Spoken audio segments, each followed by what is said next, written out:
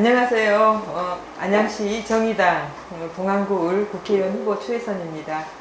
정의당 원내수석 부대표를 맡고 있고요. 저는 지난 20년간 언론개혁운동 그리고 방송통신 정책 전문가로 활동을 하다 20대 국회 비례대표의원으로 입성을 했습니다. 지난 4년간 민주주의 가치인 우리 방송, 통신 그리고 언론개혁을 위해서 활동을 했고요. 또 하반기 국회에서는 경제적 약자인 을들을 대변하는 역할을 했습니다. 그래서 저에게 정말 의미 있는 애칭을 시민들이 붙여주셨는데 을편단심 국회의원 이렇게 붙여주셨어요. 제가 출마한 안양 동안구 을 안양 지역은 한국 정치의 바로미터라고 불리는 곳입니다. 그만큼 변화의 열망이 집약된 곳인데 제가 출마한 이 지역구도 정말 뜨겁습니다. 본선이 일찍부터 시작이 돼서 이제는 모든 후보가 체력전인 것 같아요. 그렇지만 정의당이 있어야 될 곳 그리고 추혜선이 있어야 될 곳에 반드시 원칙을 지키면서 시민들 손을 잡고 함께 서 있겠다는 각오로 열심히 선거운동을 임하고 있고요.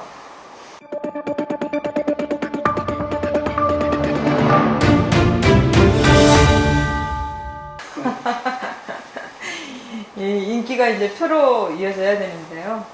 보름 동안 충분히 그렇게 이제 시민들 마음에 자리 잡은 후보기 때문에 선택도 추혜선에게 해주실 거라는 확신과 믿음이 있습니다.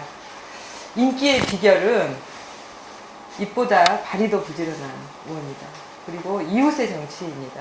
내가 힘들 때 언제든지 달려갈 수 있는 우리 동네 국회의원이라는 그런 따뜻함 때문인 것 같아요. 그리고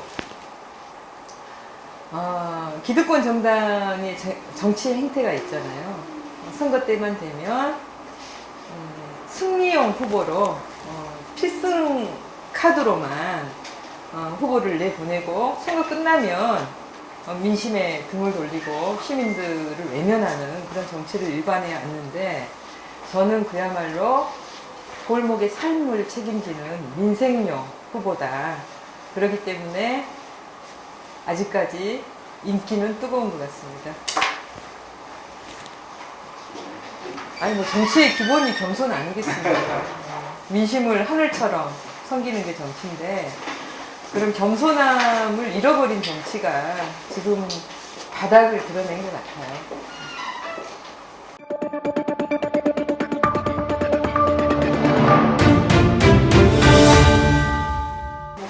네, 아니 뭐 공약 얘기를 많이 해야 되는데, 네, 제가 이제 며칠 전에 공약을 발표했어요. 세계적인 ICT 기업인 애플의 R&D 센터를 안양 동안을 안양 교도소 부지에 유치를 하겠다는 공약을 발표했는데 믿어지세요? 네, 이 공약을 발표한 자체만으로도 좀 이슈가 됐습니다. 그리고 기대감이 상당히 높은 것 같아요.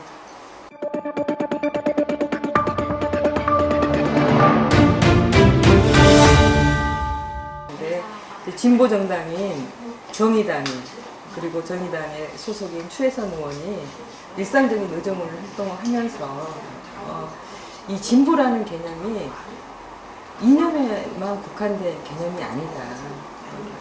진보 정치가 기술 진보와 가장 역동적이게 결합을 해야 되고 그리고 4차 산업혁명 시대에 이 도시가 시대 정신을 껴안고 그리고 혁신적으로 변화하는 모습을 반드시 보여드려야겠다 이렇게 생각을 했고요. 그동안 3년 동안 준비해 오면서 안양의 미래를 읽을 수 있는 그런 청사진들을 제가 가지고 있는 방송통신, ICT 전문성과 결합을 해서 제시를 한 겁니다. 그 첫 번째 공약이 지금 안양이 가장 현실적으로 어려운 문제가 안양 교도소 문제잖아요. 20년 동안 선거 때마다 이 이전에 대한 공약들을 내걸었지만 그 어떤 정치인도 해결할 하지 못했습니다. 해결 안 된 이유가 안양만을 위한 공약이면 절대 해결이 안 된다는 거죠. 국가적 비전과 그리고 모두의 공익이 수반이 될 때 이걸 현실적으로 정부가 책임지고 이전에 낼 수 있다, 이런 결론에 도달을 했고요. 그래서 그 글로벌 ICT 기업의 투자를 유치를 해야 된다. 그래서 따뜻한 혁신도시 안양을 만들기 위한 첫 번째 공약 공개하겠습니다. 안양 교도소 부지에 애플 R&D 센터, 애플의 연구센터를 유치하는 공약입니다. 애플이란 기업은 딱히 설명을 안 드려도 국민 모두가 잘 아는 기업이고요. R&D 센터는 애플의 ICT 기술을 연구 개발하는 그런 전초 기지가 되는 겁니다. 애플 R&D 센터가 안양 동안을 그리고 교도소 부지에 오면 세계가 주목하는 도시로 안양이 급부상하게 됩니다.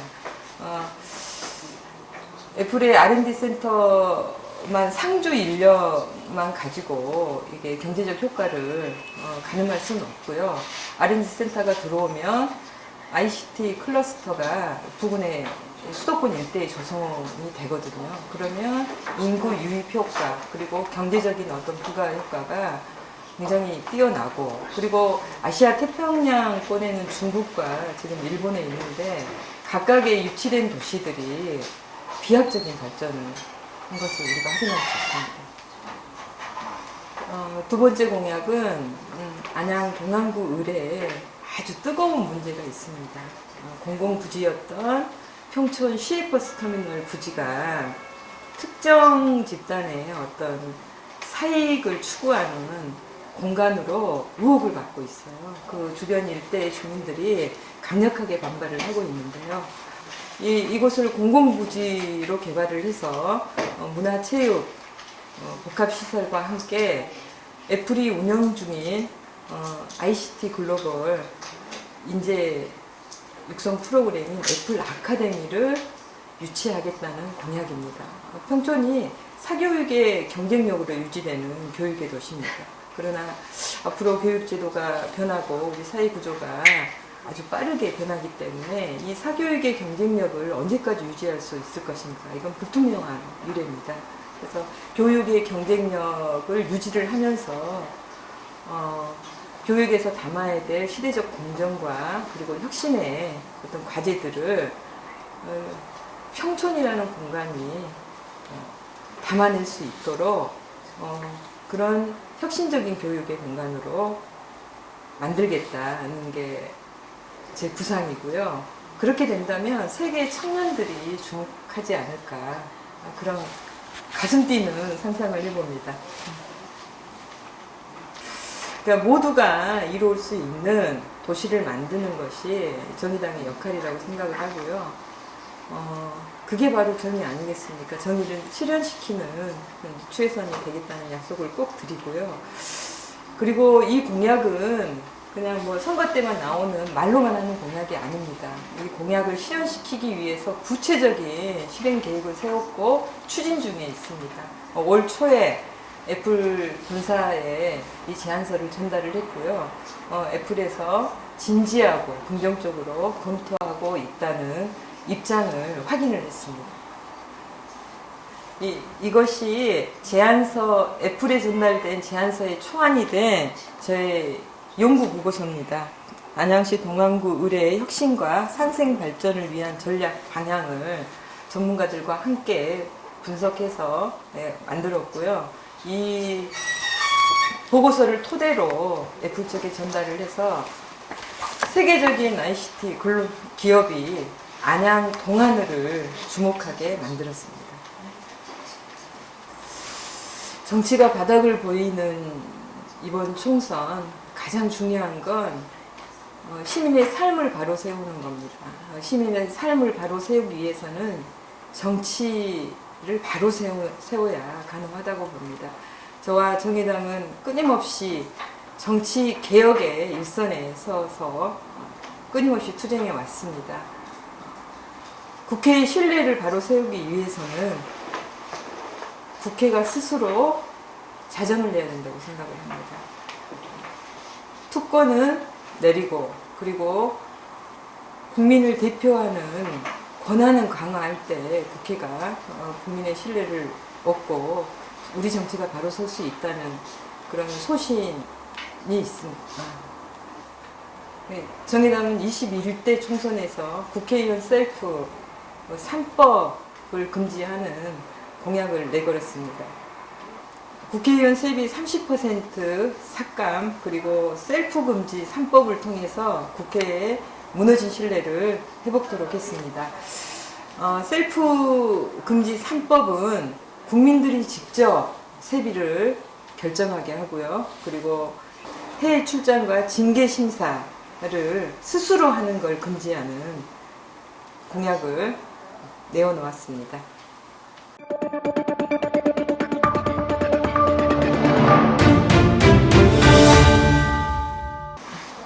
국민 모두가 이 코로나19 위기를 극복하기 위해서 노력하고 계신데 골목골목 만나시는 분들마다 코로나19 위기는 정말 생존의 위기다 이렇게 확인이 되고 또 느끼고 있습니다. 우리가 처음으로 이런 위기를 맞이했는데 이런 위기 앞에 가장 먼저 쓰러지신 분들이 사회적 약자들입니다. 이분들을 지키기 위한 사회적 안전망, 또 튼튼한 울타리가 필요하다.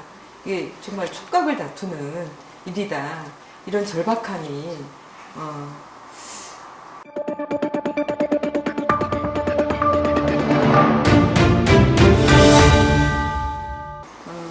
그리고 정치는 삶의 현장에서 해법을 찾아야 된다고 생각을 해요. 지금 뭐 삶의 이제 벼랑 끝에 서신 분들이 엄청나게 많잖아요.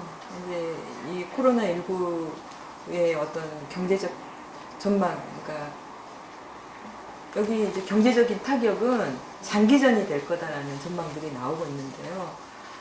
사실은 지금은 이제 어떤 감염 방역 체계에 대한 부분에 집중을 하고 있는데 이제는 사회 안전망에 대한 문제로 나아갈 수밖에 없어요. 삶을 유지하지 못하는 분들이 속출을 하고 또 여기에 제2의 또 위기가 오기 전에 이런 틈들을 메울 수 있는 그 실질적인 조치들이 필요합니다. 정부가 내놓은 뭐 자영업자 대책이라든지 또 사회 안전망들은 그렇잖아도 지금 버티기 어려운 분들 뭐 잠깐의 땜빵은 될 수가 있겠죠. 그러나 이 위기를 딛고 극복할 만한 그런 언덕은 되지 못한다는 겁니다. 그래서 저희는 이번에 직접 지원에 대한 부분을 계속 정부에게 요구를 하고 있고요. 지금 자영업자분들도 중첩된 위기에 놓여 있었던 거예요. 지금만 어려운 게 아니고 코로나 때문에 어려운 게 아니고 그동안 경기가 계속 어려워지면서 빚만 가중되는 그런 현실인데 이 코로나 위기를 또 극복하라고 대출 금융 지원 위주의 정책들을 내놨단 말이에요. 빚을 더 얻을 수 있는 분들이 누가 있겠습니까? 그냥 그 문턱 앞에서 좌절하고 있고 그리고 각각의 금융 지원 기관들 앞에 지금 줄 서서 기다리고 있다가 이것도 손에 쥘 때까지는 한 달 넘게 걸리는데 이거는 시간 싸움이라고 봐요. 이분들이 극복할 수 있도록 직접 지원 그리고 골든 타임을 놓친다면 이제 우리 사회의 문제는 걷잡을 수 없을 거다 해서 무엇보다 정치의 역할 그리고 정부의 어떤 결단이 중요하다. 저는 이렇게 말씀드리고 싶어요. 지금은 당장 이제 뭐 방역에 대한 문제지만 이후의 사회적 문제는 뭐 자살 뭐 이런 문제가 또 부각이 될 거다. 이런 암울한 전망들이 계속 나오고 있어서 정말 더욱 마음이 무겁습니다. 그러니까 어렵게 유지하고 있는 어떤 자영업자들에게는 그 비용 절감할 수 있는 비용을 좀 유예하거나 할 수 있는 그런 좀 현실적인 지원책들이 빨리 나와야 된다고. 그건 정부가 결단만 하면 되는 문제거든요.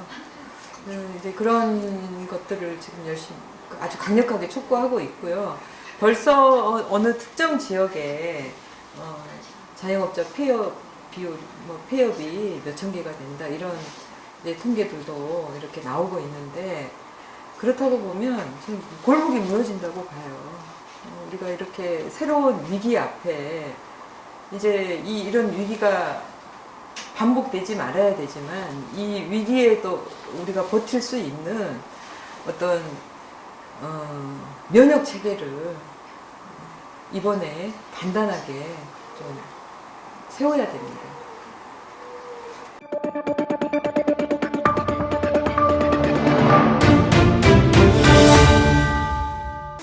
21대 총선을 준비하면서 정말 마음이 무거웠습니다. 우리 정치가 바닥을 드러낸 것, 그리고 국민들께 희망은커녕 절망만 들었기 때문에 정말 부끄럽고 죄스러운 그런 심정이었습니다.